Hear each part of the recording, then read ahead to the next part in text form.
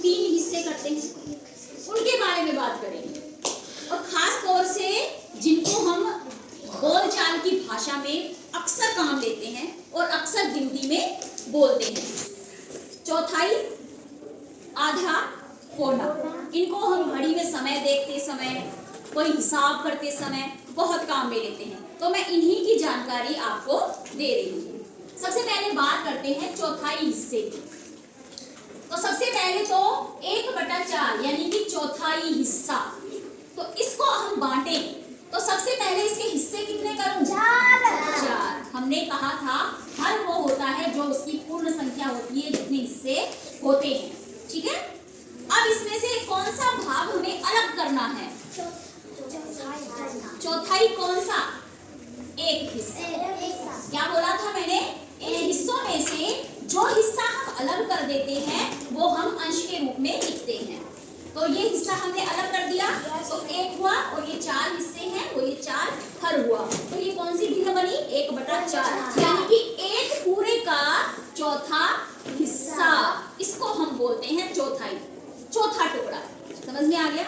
इसी चौथे टुकड़े को अगर अनुपात रूप में लिखें तो हम लिखेंगे 1/4।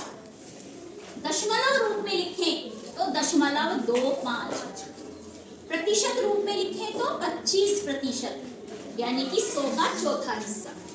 तुल्य भिन्न हम बनाते हैं तो अंश और हर को एक ही अंक से गुणा किया जाता है।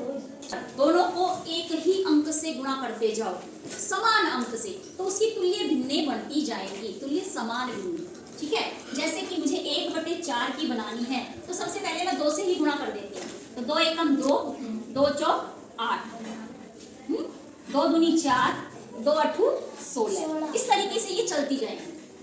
समझ में आ गया? बात करते हैं 1/2 यानी कि आधा।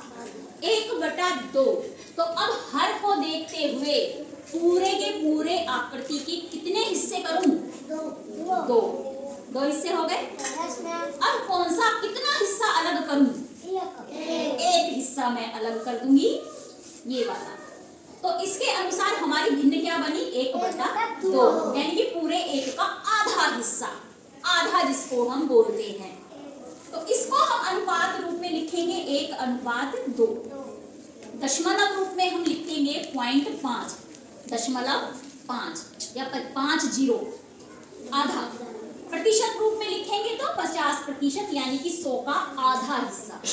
और तुल्य भिन्न बनाएंगे तो बनाओ, इसको भी किसी भी समान संख्या से गुणा करते जाओ।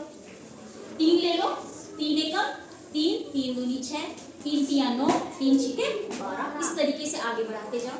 4 से कर दो, 5 से कर दो, किसी से भी कर दो। अब आ गए हम 3/4 यानी कि पौना। पौना तो बोलते हो ना। अब इसके अनुसार पौने के लिए, पौना दिखाई देने के लिए कितने हिस्से करूं? सबसे पहले 4। अब कितने हिस्से में अलग कर दूं? 3 हिस्से अलग करने पड़ेंगे। 1, 2 और ये 3। ये नहीं, ये भरे हुए। तो 3/4 भिन्न बनी, यानी कि पौना, 75% पौना। तो इसको हम अनुपात में रूप में लिखेंगे तो 3/4। दशमलव रूप में लिखेंगे तो 0.75। प्रतिशत रूप में लिखेंगे तो 75%, 100 का 75%। और तुल्य भिन्न बनाओ, चलो इसकी आप लोग बनाइए, किसी भी एक अंक से गुणा करते जाइए। तो 3 को 2 से करेंगे तो 6, और 4 को 2 से करेंगे तो 6/8। 6 को 2 से किया तो 6 दूनी 12, और 8 को 2 से करो 8 दूनी 16। इसी तरीके से आगे करते हैं, किसी भी अंक समान अंक से गुणा करते जाएंगे, तुल्य भिन्न बनते जाएंगे। तो आज ये हमने बात करी चौथाई, आधा, पौना। और एक का मतलब चारों के चारों ही हिस्से, तो वो तो एक ही आएगा। 4/4, 4 का भाग 4 में दे दो 1, तो वो तो हमारा पूर्ण हो ही जाएगा। एक पूरा हिस्सा, पूरा खुद अपने आप में आकार